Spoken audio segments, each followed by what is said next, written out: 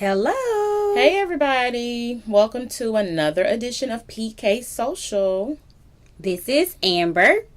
And I'm Tammy. And we're glad you're tuning in once again. Yes. This was episode 7 of Greenleaf this past week. And we're going to start off talking about that. So, on this episode, Zora, which is Jacob's daughter, which is Lady Mae's granddaughter. and the bishop's granddaughter. Okay, she turned 18. So, it's kind of her luck that she would be spending her 18th birthday on punishment. So, on the show, we see Lady Mae goes to wake her up super early. And actually, it's earlier this time because their morning routine is going to have to be pushed up because her birthday party is at 8 a.m. They're having a breakfast with her mom and her dad. So anyway, they had a little birthday shindig. Her parents arrive. Everyone in the house comes down, has cake with her. And her mother gifts her with tickets to see Hamilton, which is that like a musical of some sort? Okay, so yeah. Her mom gives her to see Broadway. Okay. Musical Broadway. She gets 2 tickets to go see Hamilton. And I remember thinking like, okay, who's she going to go with? Because she can't go with her boyfriend because she's banned from seeing him. And the mom is like, we're going to have a mother-daughter date for your birthday. So she's actually is excited. She just wants to see Hamilton. I guess she don't care who she goes see it with. So right when they're like hugging each other like, oh, thank you. I appreciate it. Yeah, we're going to have a good time. Lady Mae steps in and is like, when is the show? Oh, it's tomorrow night. How unfortunate. Zora's still on punishment. So I feel like on that scene, everyone just kind of gets quiet and is looking like, okay, Lady Mae is like really sticking to her guns on this. Like, it's her 18th birthday. You're not being very understanding. Like, yeah, she's on punishment, but it's her 18th. Like, yeah. I can understand. I'm kind of torn between the two. I understand where Lady Mae is coming from, but of course, it's her birthday. Right. It's her 18th birthday. 18, like not 16. Like not 17, not 15, but 18. So I can and the sad thing is, watching this episode, it gave me a moment. I didn't want to. Amber is laughing because she remembers the moment. And I was going to bring it up, but I don't want to bring it up. Podcast Just America, an overview. You have been on a world. long punishment before. That's all we have to say. I'm going to tell how I feel from Zora's standpoint and how I feel from my parents' standpoint. Because now I'm a parent. So I got on punishment, y'all. I was grounded for 6 months. I was grounded the entire first semester of my junior year in high school. So you were 16? I was 16 years old. And I was on punishment from July of that year through December 31st. And I promise you. So if you were 16, I was like 8. So I don't even remember that, but I remember you being on punishment. I was on punishment for so long. It felt like a year. And then I wasn't even the one on punishment. Exactly. And then my aunt, so New Year's Eve that year was it was amazing for me because I was off punishment. And Zora, I couldn't do anything. Like, I couldn't even participate in church activities. I could not dance on the dance team. I couldn't be a part of the youth council. You weren't doing church stuff? I couldn't do anything. And my aunt called, bless her heart, y'all, my favorite. Was it for your birthday? It wasn't even for my birthday. She just wanted to try to get me out the house. So she called my mom, y'all, and she asked my mom, could I go to aerobics here at the church? Like, we had a gym. My mother said, well, it is for her health. And that was the only reason. She let me go to aerobics on Tuesdays and Thursdays at 6 o'clock. That was the only reason. We've had aerobics that long because we still have aerobics on Tuesdays and Thursdays. But literally, she thought about it because she was a hard no. Mother was Lady Mae. She was a hard no. She wasn't Lady Mae. In this aspect, she wouldn't let me go, but she thought about it on the phone. I was eavesdropping. And even my aunt was was on the phone? I was like around the corner. Because I remember my aunt. Yes, my aunt called me when I got home from school one day, and she was like, "Oh, baby girl, her heart goes out to me," and she was asking how I feel and all that stuff. I don't even think I could cheer that year. I don't think I could cheer. You really think they was going to let you cheer? I don't even remember, cheering that year, but That's the only reason why she let me go, because it was for my health. That was the only reason. So I really feel, Lady Mae. Okay, we don't really have to talk about your experience, but I know but it brought me felt back. sorry for Zora. I felt so, but in all honesty, what I did, what Zora did, I feel like the punishment was like Lady Mae gonna stick to her guns on this. Okay. To me that was an equal punishment. You feel like the punishment matched what she did. Correct. Okay. So I understand, but of course, again, it is her 18th birthday. I just feel like the mom. Now the mom. Your punishment was after your birthday, so we don't know if you would have been able to celebrate your birthday or not. Nope. Probably not. Probably not. And so Lady Mae, even her mom, like Zora's mother, Karissa. That's her name. To me, I just would have booked the system if I was Karissa. I would have said, you know what?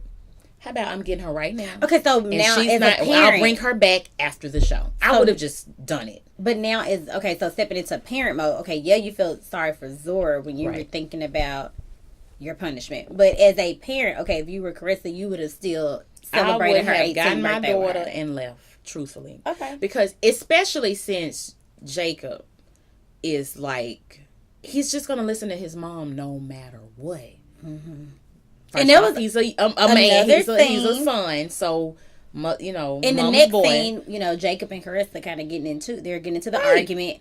They're walking into his office, so they leave the mother's house after I guess Karissa just left it alone at that point. Like, okay, I'm gonna let y'all have this one. And she was being submissive. She was being very respectful. In the past, Carissa has just did her own thing no matter what. She kind of seems like she book up to Lady Mae, right? But on this one, she was respectful. She just got quiet. Of course, Zora looked extra disappointed. Yeah. And she let them have that one. But in private, which was very smart of her, don't try to argue with Jacob and his mom. Just wait till y'all get alone. So she's, wanted to talk about it. And he's basically like, no, my mom knows best. We're listening to her on this. And she, of course, kind of throws a jab. But it's a very good point. Like, you want to base how we raise our daughter off of how Lady Mae thinks we should, but look at you and your siblings. Correct. Yeah. Like, what she actually said was, if your mother knew what she was doing, correct, it wouldn't have taken you wouldn't be in the situations you are 20 years to get you to be a good husband, basically. Right. So, oh, wow. Yeah. She basically goes off on him. And when I noticed, like, when she said that to him, he didn't have anything to say. It was almost like he was shocked and had to really think about it. Like, right. Yeah, I guess I have put you through quite a bit, and at the same time, I want to side with my mom about our daughter. So yes, that was very interesting to me, seeing how they treated Zora on her punishment. Yes, she was wrong for what she did. But one thing I don't appreciate, for those who don't know, what she did was she ran away from home with her boyfriend, who was beating violent with her. Yeah, he hit her at a dance. But even for Jacob, I feel like Jacob doesn't want to approach the situation. Like, at first I understood that he was so angry. He don't want to approach what situation? I don't think he wants to approach discipline with his daughter, because it's like, like when he went in the bedroom and was throwing everything around. That was just anger. You still didn't, and that's one thing I can feel Karissa about. Like, you can't just yell at the child. You can't just keep fussing at her. You have to have a common place with the child, and at least Karissa is constantly attempting to do that so she won't lose her daughter. She works with children. She understands that. And that's what she said to her husband too. We're sticking with Lady Mae on this, but it's her 18th birthday. If she decides to go against the grain anyway, what can we do? She's legally an adult. So. And at that point, she could have left when she turned 18. She could have left the house. Well, at the end of the show, she did leave. I know, but she thought about it. Like, it kind of was meditated, but she initially could have wasn't going. It seemed like she wasn't going to at first, but until that was her last straw. Like, okay, y'all not even gonna let me celebrate my birthday, even though I still got to celebrate it with my mama. It's not like she was going out with her friends, or she gets to go to a show with her boyfriend. It's like, okay, it's me and my mom, and I just feel bad for. Honestly, I feel bad for Karissa and Zora in the whole situation. To me, Lady Mae is attempting to correct her wrongs. Correct. And now she wants to. And she's using her grandchild and her daughter-in-law to do it, which is unfair to both of them. Jacob seems to be oblivious to the fact, and at this point, I wouldn't even consider Jacob in the decision. Like, if I was Karissa, I wouldn't have looked at him hoping that he would side with her. I would have said, you know what? Me and Tiffany out the door. But where she did mess up, because later on in the show, we see, I guess, Jacob, after Karissa pretty much reads him his rights, like, look, at the end of the day, your mom did a number on you. I'm still working on you. Yeah, I'm still trying to get you. They made it seem like that's what pushed him to Lady Skanks, because he was kind of venting to her, like, I just feel like my wife still wants me to feel guilty about cheating on her. My other issue with Jacob. Yeah, Jacob. Jacob has been allowing this plot to develop with Lady Skanks over time because he hasn't set boundaries. True. And I think another thing that Karissa has an issue with, I mean, grow up, mature. You need to. He should have long ago set boundaries with Skanks. It was even awkward at the moment when they had on another episode, they had like a members fellowship or a new members welcome or orientation. And she was still acting like the first lady. Well, the lady thought she was the first lady. The lady referred to her as, you're the visitor, the first lady? Yeah, the new member, because she's done everything with Jacob as if she. But they should have set boundaries then. They should have. At that moment, though, I'm trying to remember that episode. I think it was one of those things where Karissa was supposed to be there. She got caught up at work. So how convenient. Tasha Skanks, which is Lady Skanks, first name Tasha, last name Skanks, even though she acts very skanky. Yes. She basically was like, okay, I can help. And again, boundaries. Yeah, he should have said, I got it. Boundaries when he allowed her to stay at the church in that capacity, helping him. Right. He should have, first off, you should have had a man in the mix somewhere, just not you and Lady Skanks. You should have had an assistant. Oh, you mean like during the day when he's up there and she's doing everything? Yes, like, why is she your assistant, basically? Just because she's familiar with the church, I'm sure there are other people on payroll familiar with the church. That is true. Well, there was another lady. Well, she was like the treasurer lady, but he basically fired her. But anyway, yes, I see what you're saying. Have a male presence in the mix, especially when he's up there. Correct. Every day. Again, boundaries. He's just not. Jacob is not mature. He definitely only got the church by default, so it's not like he was mentored into being a pastor and leader of the ministry. So, I got issues with Jacob. The only issue is last thing, when he was, we will move on from Jacob, but when he was talking to Tasha Skanks, and he was basically, venting to her, like, she holds me accountable. Do you feel like Karissa needs to completely let that go? Because in season 1 he was cheating on her. Correct. Well, I guess a church assistant or whatever. And let me be clear, I don't think that was his first incident of cheating. I just think that was when he got caught and decided to but quit. We don't know. You're just saying you feel like... Yeah, like Jacob has no boundaries to me. Like, it doesn't seem like he's been consistently submissive throughout the marriage, just in how he deals with the situation with the assistant, with Bishop's assistant initially on the first season. But did you have another question? I'm sorry, did I interrupt you? No, you were good. I guess I was just saying, like, how do you feel about Karissa? Should she let that go? Stop holding it? Because it kind of seems like he feels like you holding this over my head. Whenever we get into it, you want to go there. Like, I can't even get you to act right. I can't get you to... People tend to take on their own guilt based on... So you don't feel like she was putting the guilt on him? I don't. I feel like... He's guilty. I feel like he knows he was in the wrong and he's still dealing with the situation. He hasn't let it go. Mm-hmm. But then he slips right back into it. So to me, you're guilty and you're a little defensive because you haven't dealt with the situation. You haven't gotten over cheating.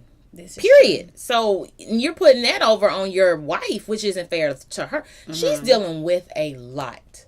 Karissa, to me, is she's still trying to internalize her daughter not being there, she not being able to reach out to her daughter's not receptive when she does reach out, but she's not with her, she's not present with her all the time to even work on their relationship. I really think she doesn't agree with Zora being at Lady Mae and Bishop's house. She doesn't. She just submitted to it, and it's just unfortunate all the way around. It's going to affect their relationship in the next few episodes, sadly. So this episode was quite interesting. We got to see Zora's 18th experience, which was trash. So anyway, moving on, Lady Mae. I want to revisit her because I feel like every episode she does something. It's shocking, but it's like you don't want to root for her, but she's just so well. I guess you're not Team Lady Mae. I don't want to say I'm Team Lady Mae, but I feel like every episode she does something where it's like you don't want to bribe her or anything because she usually has a warped idea of reality. Mm-hmm. But at the same time, you always see where she's coming from. For instance, she goes to talk to the bishop about their PR. So basically, she's upset that Grace is defending a murderer, even though the lady murdered her. The murderess. The murderess. Grace wants to come to her rescue. There was a lady, and it's not even a church member. No, just a lady. Well, with the program that Grace is starting for domestic violence. Yeah, it doesn't have to be a church member. Okay. It's just a strong case that would help her initiative, I guess. So basically, this case has already gotten like a lot of buzz. Attention. Yeah. So there's the lady who killed her husband. She said it was self-defense, and of course, not too many people believe her story. She killed him with a hammer. The pictures of it looks kind of gruesome when Grace was going through her emails and looking at pictures from the crime scene.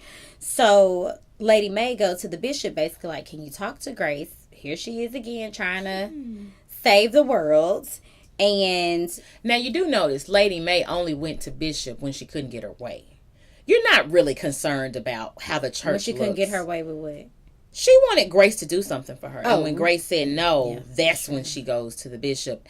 From the standpoint of this will affect the church. This affects the ministry. But really, you feel like, okay, you were going on your own selfish reasons. Right. You had your own agenda that she didn't want to.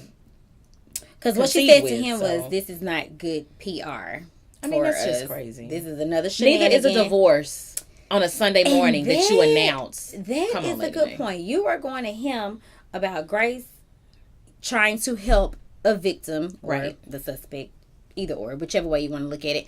She is trying to help someone who she feels like they're about to throw her under the jail without hearing her side of the story. Right. And, instead of you focusing on, well, if y'all weren't having the divorce issues, maybe your children wouldn't be acting out, I guess, in the way that they're acting out.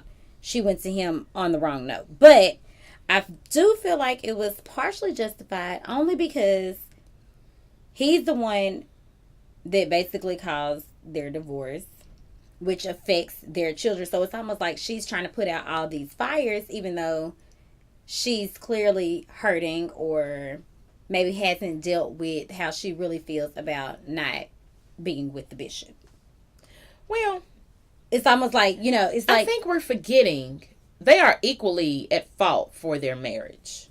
Lady Mae cheated. She did. Exactly. People. Sorry, I did forget. People tend to forget. Well, she never talked about it. She always started cheating in his face. But you're right, she did. And to me, that shows her maturity level because he doesn't feel the need to constantly throw it in her. And the way she even got the information about the affair, I honestly don't know because she got it from the sister. She got it from the sister who they hate each other. But he didn't deny it. He didn't deny it, but they hate each other. Like, you automatically accused him instead of asking him what happened. You just assumed, just like kicking him out the house. Quit kicking the man out the house, and you don't know the entire situation. Now the last Grace told her, like, you're pushing. I feel like someone told her in this episode, you're pushing him. Grace mentioned that in the last season. Okay. Grace did refer to that towards the end of the last season, but Lady Mae is so mentally off anyway. I'm just sorry. Right. She's not digesting I just things feel like mentally. She feels like every time she turns around, it's a fire she has to put out. Now, I'm not making... And to me, that's self-righteous. To me, you're assuming... Instead of focusing on herself or what she needs to work on is, I gotta handle this. I gotta do this. I gotta do that. This is true. This is just, Lady Mae being Lady Mae. Yes, this episode was quite interesting. I did feel that they did a good job of showing what Zora is going through. And, of course, we're still following this divorce saga that is brewing with Lady Mae and the bishop. So I think that is all we have time for today. Yeah. Thank you guys for tuning in. You can contact us if you have any topics you want to discuss. We have an email, thepksocial@gmail.com. And you can follow and like us on Facebook, The PK Social. And our YouTube is the PK Social. Don't Thanks forget to share the podcast weekly. Share the weekly episodes on our podcast. On the podcast app, we are PK Social. Drop the D. That's it. Thanks for tuning in, guys. Have a great week. Thank you.